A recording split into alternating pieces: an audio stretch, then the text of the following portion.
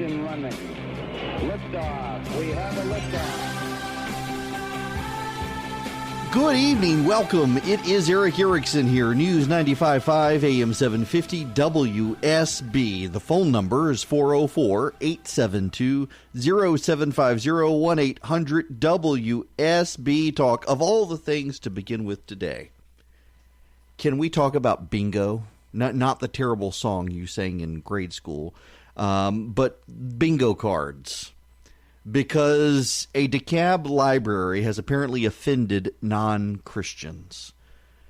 This seems like such a trivial story, but it's just so indicative of what's going on in society today. A lady went to the Toco Hills Avis Williams branch 2 weeks ago, and there were bingo games for patrons of things to check off this summer. I mean, it's so innocuous, really. For example, the bingo card had read a suspense thriller, read a self-help book, list the title of a favorite book, read a biography, read a mystery, check out our learning collection, check out our test preparation materials, sign your child or grandchild up for 1,000 books before kindergarten, check out an audiobook, donate a gently used book, read a nonfiction book, get a library card. Well, one of them was read a Christian fiction book.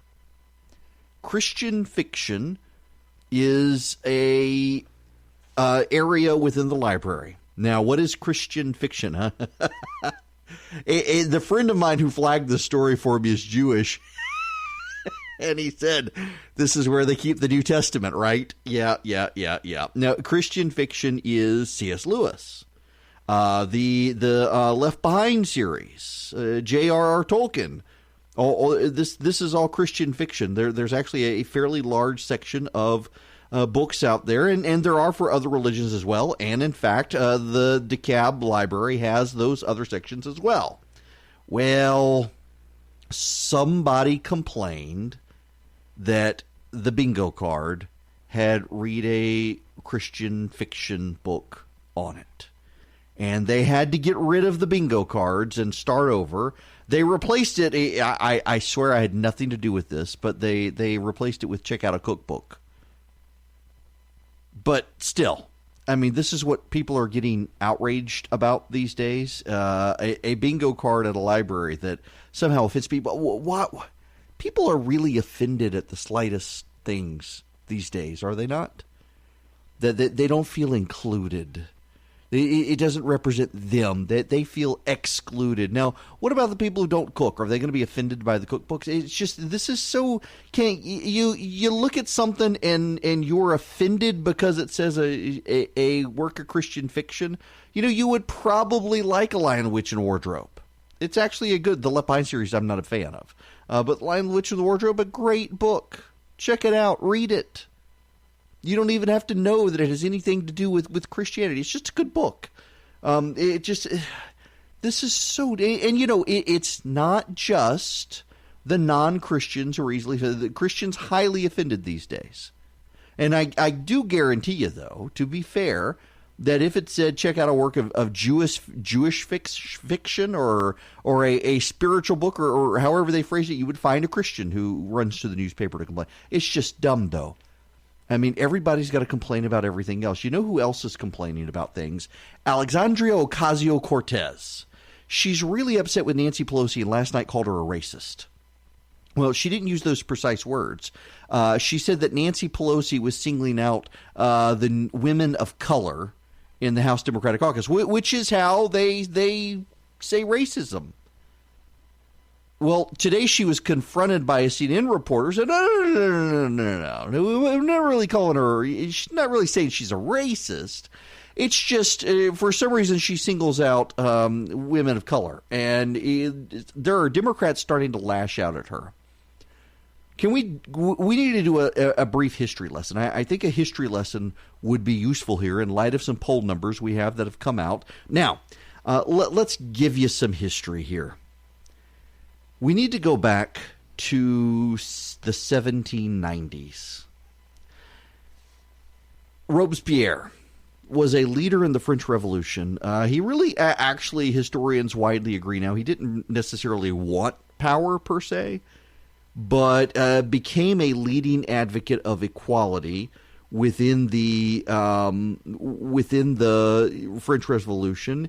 He wanted to get rid of the clergy, wanted to get rid of slavery, wanted to ensure universal suffrage, just for men, though, not for women. He didn't like capitalism. He was a revolutionary. And in 1793, he participated in government and helped start the Reign of Terror. The Reign of Terror was a moment where there were revolutionaries and counter-revolutionaries. After the French Revolution began to spiral, nothing would settle down. You had Republican forces, Federalist forces, monarchical forces, you had the European forces, and they were battling it out, and some would make gains and others would recede, so some would fight back. And finally, the Republicans decided they needed terror. Terror needed to be official policy because they didn't want to give up their gains. And so they set up guillotines on wheels, essentially, and can rove them around the countryside, chopping off people's heads. They wanted to show that the conspiracy theorists or the conspirators and the people who were trying to set back the gains of the revolution would be dispatched quickly, really without due process, show trials at best. And they began going around the countryside, killing people. Anyone who was rumored to be part of a conspiracy to undermine the Republican forces was killed. And Robespierre became one of the leaders of it, and it was almost one of those things where he caught the tiger by the tail, and he couldn't let go of it lest he be devoured. And we're seeing that in this country to a degree that they have yet to resort to killing people. But we see more and more in this country progressives, while screaming that Donald Trump is an authoritarian, totalitarian, running around the country shutting down businesses. You know, because Bernie Marcus, one of the founders of Home Depot, along with Arthur Blank, announced that he supports Donald Trump and wants to use some of his pre-existing fortune to help get Donald Trump reelected. The left is organizing boycotts of Home Depot. Never mind that Arthur Blank, also a founder of Home Depot, is a Democrat and will be giving lots of money to the Democrats. Because Bernie Marcus is involved, they want to shut down Home Depot. We see out in Portland, Oregon, Andy Ngo beaten up by Antifa protesters because he's a journalist who dares to not toe the party line. We see this around the country. We see it in talk radio with people going after advertisers of conservative talk radio shows. We see it with Ilhan Omar trying to launch a boycott against Tucker Carlson for daring to call her ungrateful, which she is ungrateful. A refugee comes into this country and clearly despises the United States and talks bad about it at every opportunity and downplays 9/11. And so now she wants to go after Tucker Carlson. We're seeing this more and more on the left, and more we're leading to violence. Mobs showing up at restaurants to chase Ted Cruz out or Sarah Sanders out. Mobs showing up at Kristen Nielsen's house, the former Secretary of Homeland Security, to keep her awake at night. Things like this. Well, that's what was going on in the French Revolution, and it ultimately led to violence and then led to sustained and organized violence and legalized violence and government-supported violence, and ultimately the revolutionaries themselves were caught up into it. And Robespierre was dragged out of his house and executed. He had risen to president of the National Convention. He was a member of the Committee of Public Safety, which really oversaw the Reign of Terror, and he became an enemy within, and he was arrested, and he was executed. In July of 1794, he was 36 years old. The revolution swept over him, and he was one of the leaders of it. Now, I say all of that because I keep looking at what's going on with some of these super radical members of Congress. Polling from ABC News shows that President Trump, in his reelection bid, would beat a socialist-leaning Democrat by 6 points if the election were held today. And the Democrats seem to be giving him that. And you have some of these members of Congress who they don't have hard power per se. They can't really do anything themselves. Like Nancy Pelosi can do something. She can get rid of a committee. She can get rid of committee members. She can reassign people. She can put work on people, what have you. But these people, they control the mob. If Alexandria Ocasio-Cortez were to stand up tomorrow and tell people they need to go storm a Chick-fil-A, they probably would.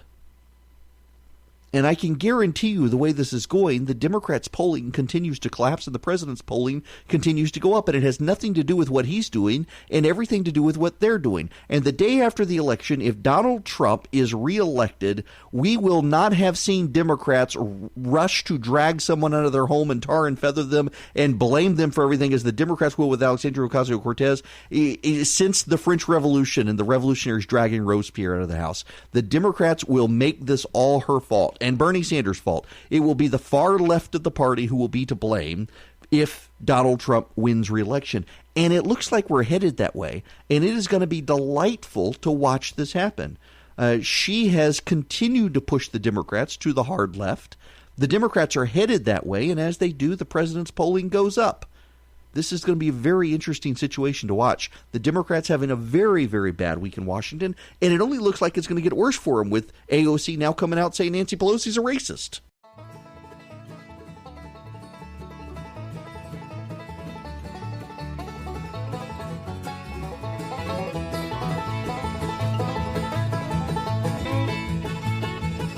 I'm just enjoying the music.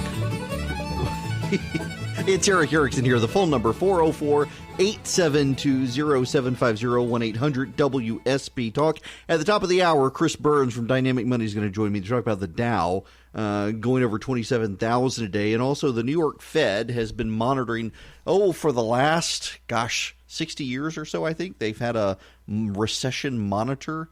And it's starting to go off, which is troubling some people within the markets. We're going to talk about that as well. I want to read you something real quick. Richard Cohen is a progressive columnist for the Washington Post. Let me read you this. The bevy of Democrats running for president seems determined to test my silent vow never to vote Republican, especially for President Trump. The truth is that I cannot imagine that happening, but I can imagine entering the voting booth with about a colonoscopy level of enthusiasm. Please, can we get this over with? At the moment, the party is squabbling over what it is called forced busing to achieve school desegregation. It seems the party has forgotten that, with the possible exception of the Civil War draft, no program has been more hated by working-class Democrats, more whites than blacks, but plenty of blacks as well. In large U.S. cities, busing was seen as an effort by liberals to send white kids to schools they would not, for a moment, send their own kids to. In Boston, the spiritual home of the anti-busing movement in the 1960s, the populace had not been as furious since King George III bivouacked his unwashed redcoats in the tidy homes of American patriots. The leader of the anti-busing movement was Louise Day Hicks, a wife, a mother, a lawyer, and a fearsome racist firebrand. She rode the movement clear into Congress, and she came close to becoming Boston's mayor, losing by only 12,000 votes. But by then, she had proved that busing was loathed in white working-class America. Mobs formed in the streets, and the cops had to be called. Busing was sometimes the only remedy for school board gerrymandering, which carved districts in such a way that schools were racially segregated. Since you could not move the schools, you had to move the kids. The law, not to mention equity, demanded it. Hicks and others, not to put too fine a point on it, did not give a rip about the law. Busing was an issue that eventually faded. It took Senator Kamala Harris to revive it and remind us that Joe Biden was on the wrong side of history. And on it goes. The Democratic Party's on a tear. First came reparations for slavery, a noble idea lacking only popular support and practicality, and possibly amounting to yet another attempt to right a wrong with money. Before that, they raised their hands in support of Medicare for all. And on it goes. This is Richard Cohen. He is not a fool. He's a smart man. He's a progressive. He's a smart one, and the left is tearing him apart for daring to write this, saying that we don't need blue-collar voters anymore. We got a new coalition, and he's not sure he wants to be a part of it. And it can't be. I can't tell you the number of people who have come up to me and said, I appreciated you in 2016 not voting for the president, and I'm with you now in voting for the president. This is happening a lot out there.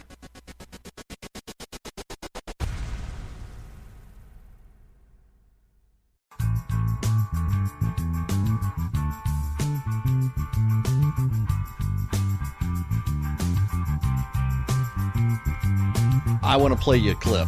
I think this is important news here. This is from Harrisburg, Pennsylvania, the NBC affiliate there.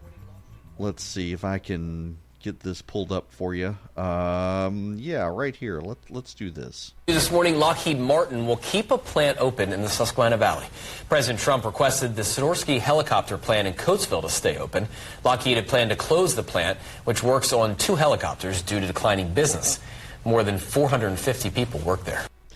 You know, that's coverage the president can't buy. This is a swing state for him. It's a state he won in 2016, a state that went to the Democrats in 2018 pretty decisively. And now Lockheed Martin CEO Marilyn Houston says that the company's going to keep manufacturing the Sikorsky helicopter in Coatesville, Pennsylvania, after a discussion with President Trump about it. 450 people work there. Those jobs saved because of the President of the United States. Now, I am not a fan of government intervention.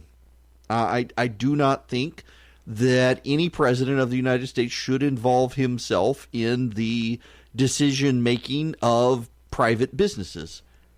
But it's really good politics, and you can't deny that either. It is really good politics for the president that this happened. This comes on the heels of the Democratic meltdown in Congress that is continuing to go on.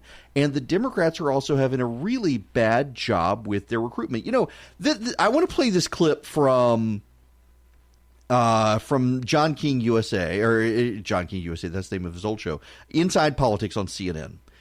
John King anchors the show. John King, longtime friend of mine. He actually got me my start in TV. I worked on his show, John King USA. I was one of the contributors they hired.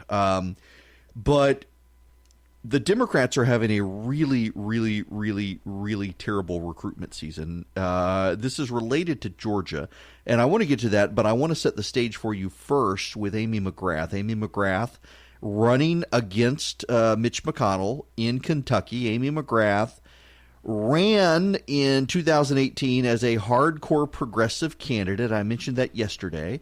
She's saying that she was opposed to Kavanaugh. She was more progressive than Kentucky Democrats, that she was aligned with the National Democratic Party.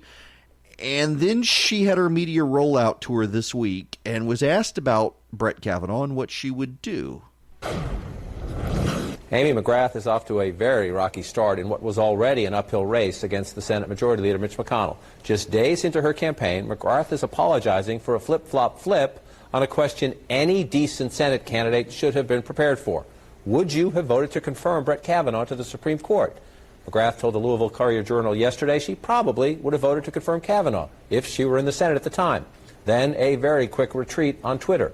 Upon further reflection and further understanding of his record, I would have voted no. I will make mistakes, the candidate says, and always own up to them. The priority is defeating Mitch McConnell. Today's headlines back home, a campaign nightmare. Here's just the Courier-Journal. Would Amy McGrath have voted Kavanaugh onto Supreme Court? Depends on when you ask her. There are some things a candidate gets a pass on in the minutiae of policy. You're running for Senate against Mitch McConnell. You got to have an answer on Brett Kavanaugh. That's kind of campaign 101, right? Yeah, especially if you're running against Mitch McConnell. Judges is the thing you're going to want to be talking about. What a disaster.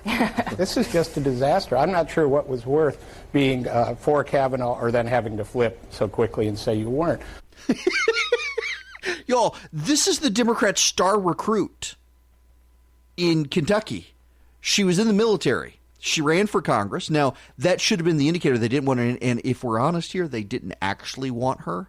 They couldn't get the person they wanted, and so they went to her. She was their number 2 pick.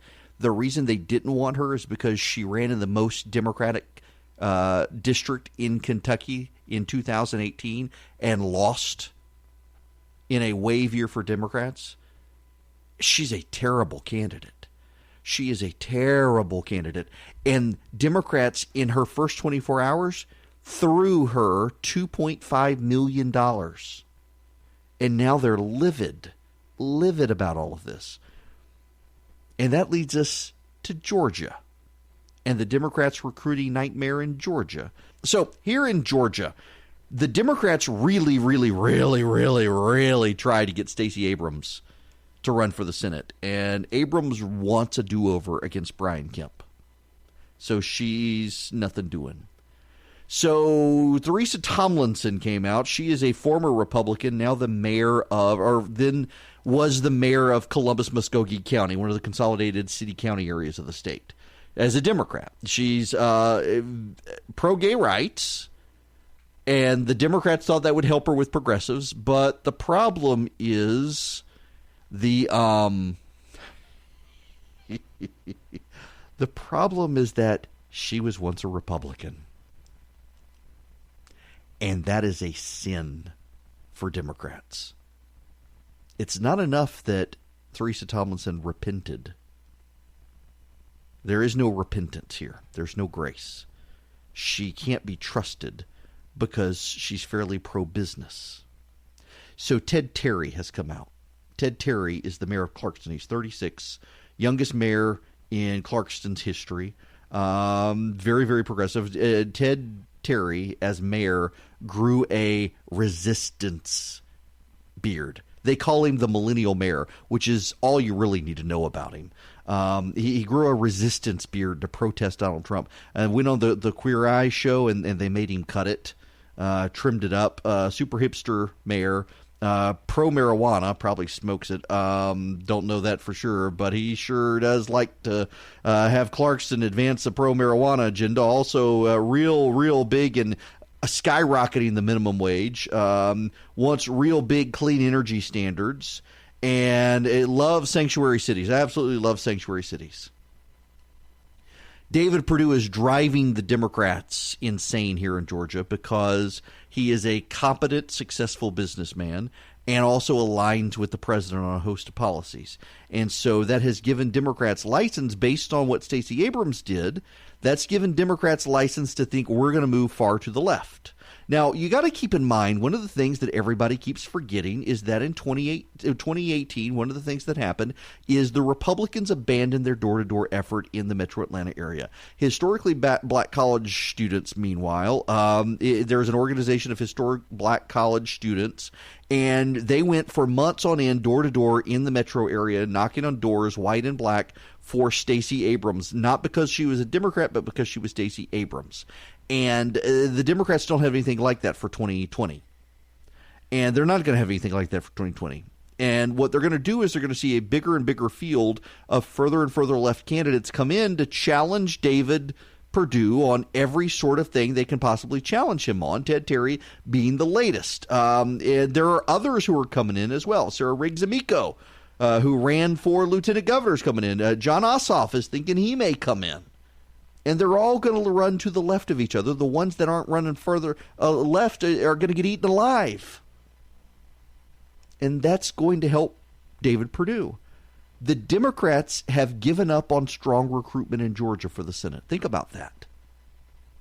Look at 2018. Look at how close Stacey Abrams came. Honestly, she really didn't. She didn't make a runoff. But they're thinking, we could get David Perdue.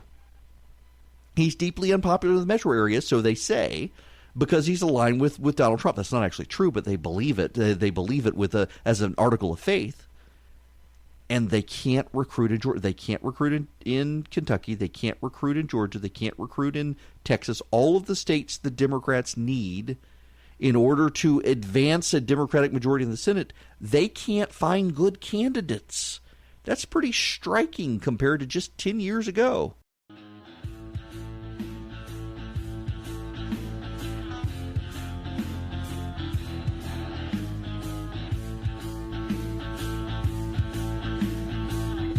Just a reminder, if you're headed up Interstate 75, Chattooga, Floyd, and Gordon counties have a severe thunderstorm warning right now. This storm is not moving anywhere. It just keeps growing. So if you're headed up there, be careful. Otherwise, really just a few scattered showers in the air, very, very light and small. But more rain is coming into the area. When we come back, the Dow is crossed 27,000 for the first time in history. And at the same time, the New York Fed is starting to worry a recession is on the horizon because of data points that it has monitored for decades. And every time they have a certain threshold where it crosses 30 points, a recession has come within 12 months. And this is the first time their data point set has crossed that metric. So I asked Chris Burns from Dynamic Money if he would swing by and we could talk about this. I got to ask him if he's seen Toy Story 4 too, because he really wanted to see it, and so do I. I need to go. I've been feeling guilty leaving the house to go see movies because my wife and kids don't want to go. And like, why am I going and having a long time in a theater to watch Spider-Man or John Wick or all these movies I want to go see? I feel guilty about leaving the family to go watch a movie by myself, but I kind of want to go watch a movie by myself. I still haven't been to see John Wick, and it's almost out of theaters, and it's supposed to be really, really good. In any event, we'll talk about that and more. The phone number here, if you want to be a part of the program, 404-872-0750, 1-800-WSB-TALK. I also want to commend to you a video that is circulating out there of the Coast Guard jumping onto a moving submarine full of cocaine. It's a narco submarine. It's a small submarine that the drug lords in South America are operating to funnel cocaine into the United States. It's semi-submersible. And the Coast Guard found one. They got a video of it. It's incredible. You just search on Twitter, Coast Guard jumps on submarine. It is amazing video. They jump on this thing and open the hatch. It's just incredible what they did. Really, really fascinating. When we come back, though, let's talk about the Dow Jones and what it means for you and your pocketbook.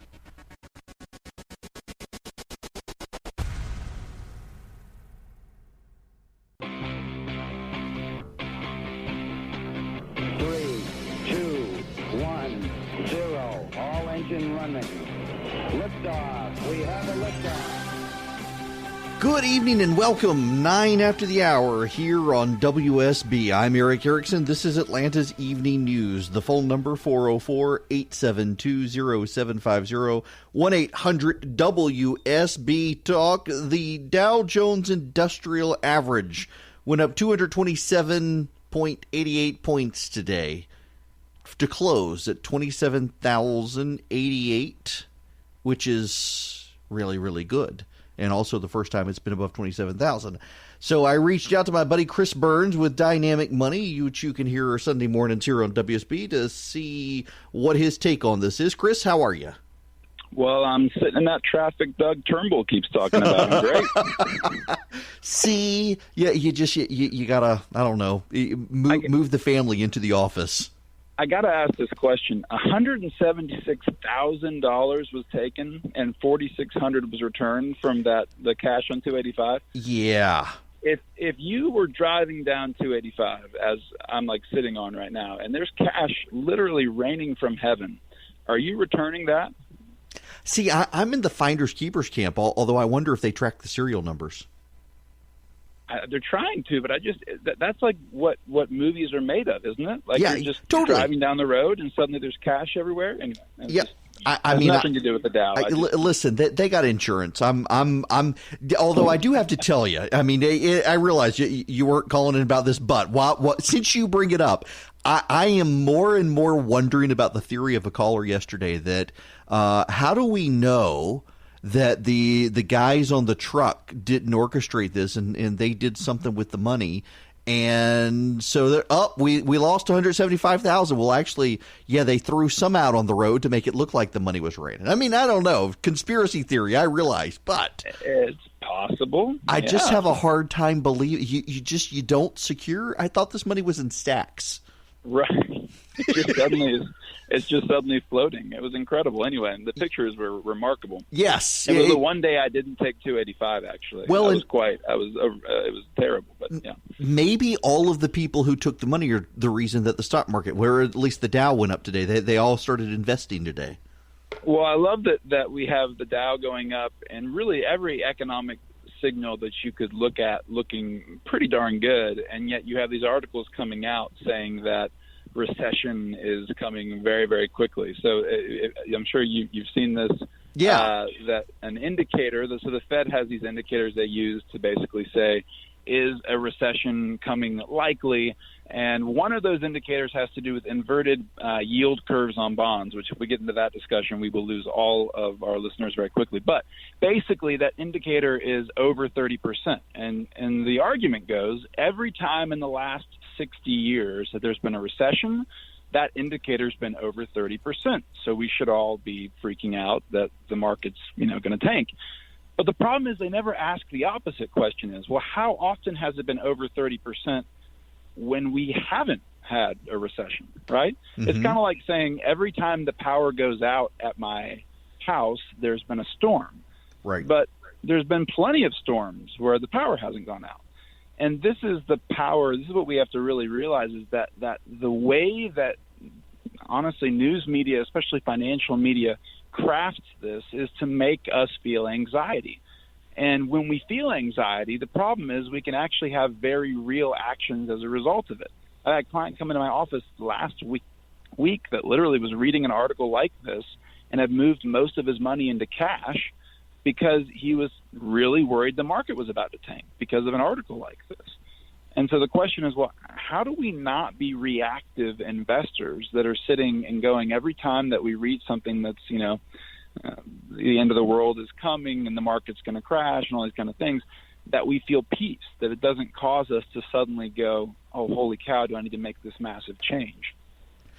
Yeah, well, first of all, I'm perplexed that your client decided to do all this without talking to you first. But how about prospective client? That's okay. That's all right. reality, yeah. Well, all right, Chris. So the positive side of this is, Eric, you have me as long as you want me. Well, there you go. New co-host for Atlanta's Evening News here. Right. So, okay. So what should people be looking at because, there is the sense, you and I have talked about this, that I always have this sort of sense when things are going really good, you're suddenly thinking, okay, the bottom's going to be dropping out soon. And I hear this from people with the stock market, that the Dow keeps doing so well. When's the bottom going to come? When's the bottom going to fall out of it? Yeah, I totally understand that. And so my favorite, I'll give you my bias here. My favorite show of the year that I do every year is the first show at the beginning of January, where we look back and look at all the predictions that were made the year before in the market, and then we just make fun of them, right? Because here's the issue. No one has any clue when that's going to happen. Is the market going to tank? Of course it is, right? But is that going to be this year? Is it going to be next year? Nobody knows. And is the market going to take off? My favorite example of this, and I bring it up a lot, is right before President Trump was elected, the entire world was screaming that the market was going to be death and destruction. And then we went on to have one of the best years in this bull market, right? I mean, nobody can predict that. So here's what we do. I'll go back to my storm analogy for a second. You have to focus on what you can control. And you have no power over or no control over what makes the power go out at your house. It could be a storm. It could be an old tree branch that falls. I mean, who knows what it is, right? You could spend all your time trying to fix those things, or you could go buy a generator, and then suddenly you have peace because you know that you have no control over the power going out, but you've already created a plan that says if it does go out, I'm going to be okay anyway. And so my advice to people is stop looking at reacting to what's going on because no one knows when this is going to end, and focus on what you can control. So how old are you? How close are you to retirement? What does that mean for the amount of risk you should be taking? Because once you know those things, you don't need to worry about trying to predict what's going to happen because you create an investment plan that says, even if this does happen, I'm already prepared for it.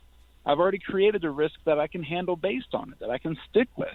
And when you have that kind of peace, you can ignore all of the noise coming out of the news cycle every day. Now, I like that thinking, but... So how does I know I can come to you and you can help me with these things, but I mean, sure. What's the balance? Stocks, bonds, where do you go? Is it true that if you're at retirement age or beyond retirement age, maybe you should be more in bonds than stocks right now? And if you're young, you can be more aggressive? I mean, does that really hold up? Yeah, the biggest danger right now, honestly, is because bonds are paying so little because we've been in such a sustained period of low interest rates that folks who are close to retirement are in retirement and they're not seeing any sort of return on things that traditionally that safe money, those fixed investments that were giving them returns in the past, they're really not right now. And so a lot of folks that I meet with that are older or in retirement are starting to hedge into more and more stocks just because they're looking for that return. I mean, the market's up over 15% this year, so people are going, I want a piece of that. But what you have to do is sit back and go, it's more complex than this. The possible upside of being really aggressive this year, and maybe the market keeps going up this year, is far outweighed by if the market does drop 20%, which, again, no one can predict, that you could really be putting your retirement in peril. And so the best thing, and also what's hard is the complexity here, because when you are, like people like to say, if the market's up, things are good. If it's down, things are bad.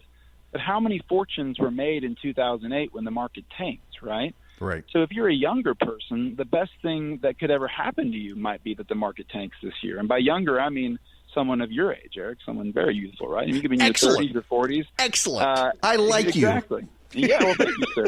Because when the market tanks, everything's on sale. And so there is no good or bad here. It's totally based on your age and your situation. If you're younger and you can handle that aggressiveness, then stick with it. You'll actually win if the market drops. But if you're older and you're nearing retirement, you do need to pull back for most people because if you're basing your retirement, your income off of the amount of money you have in the market, and that thing drops 20 or 30%, it can change the whole course of the next few decades of your life. So don't try and get a quick gain in the short term here and put your long-term retirement in peril.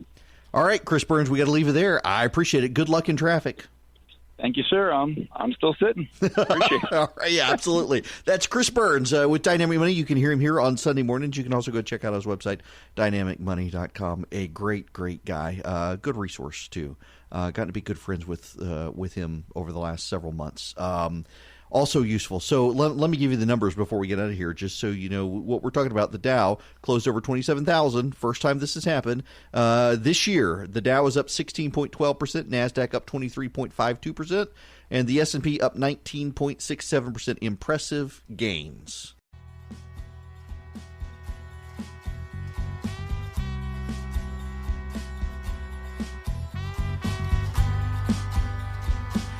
If you're headed up 575, showers starting to fire up north of Woodstock, the Holly Springs, Canton area, north into Jasper, and LJ, you've got rain in the area.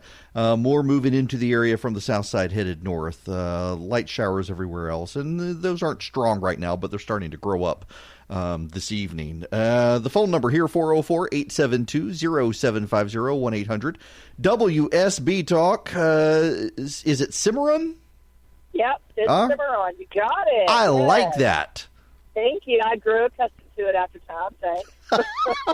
I really like that. Well, thank you. It means wild and unruly in description of the Cimarron River in Oklahoma, which sounds unruly for Jesus, and that's all right. So anyway, first, real fast, Eric, thank you so much for your program. I appreciate it. I'm very opinionated, and in some cases, I actually do agree with you. First of all, thanks for my quick toothbrush. Absolutely. I am not an easy sale, but I've got it. Talked to my husband, and he doesn't like electric toothbrushes, but because I brag about it, he wants one up there. Okay, now, the reason I called you was about this raining money situation on 85, right? Yep. So my question, and I'm not. All right, you got to be quick. I'm not as bright or brilliant as y'all are. My quick question is, how are we going to verify the actual amount of the money that people picked up? And what about those people that are praying, God, would you just please help me? And boom, there's the money right in. What do we do about that? See, that's what Chris and I were talking about. I think finders, keepers, losers, weepers here. Now, there actually is an answer, though. Stick around after the break. I've got an answer for you on this.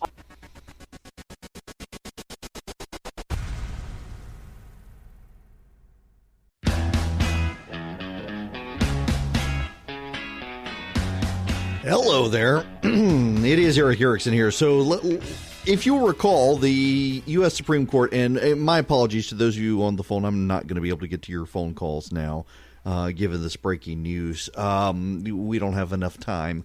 But the Supreme Court ruled that the president could ask the census question, but that the reason it was formulated, essentially John Roberts was saying he did not believe Wilbur Ross.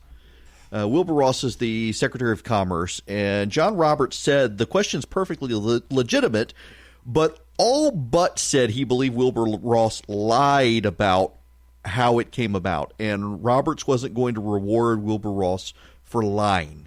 So he said to send it back to a lower court, and here are the acceptable excuses for why you came up with this.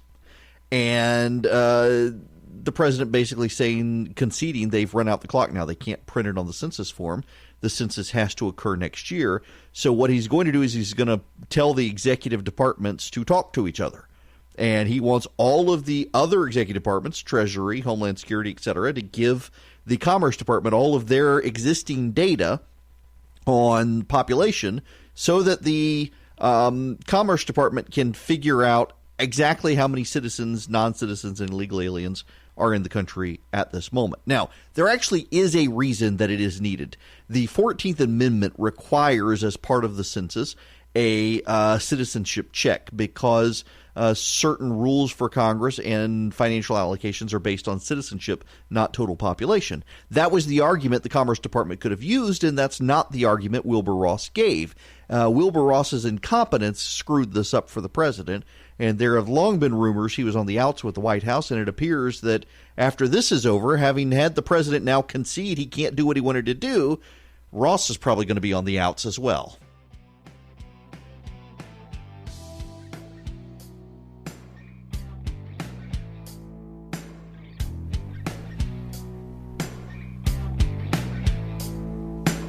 Showers starting to flare up in the area, hit or miss out there. The president conceding that there is no time to get the citizenship question on the census.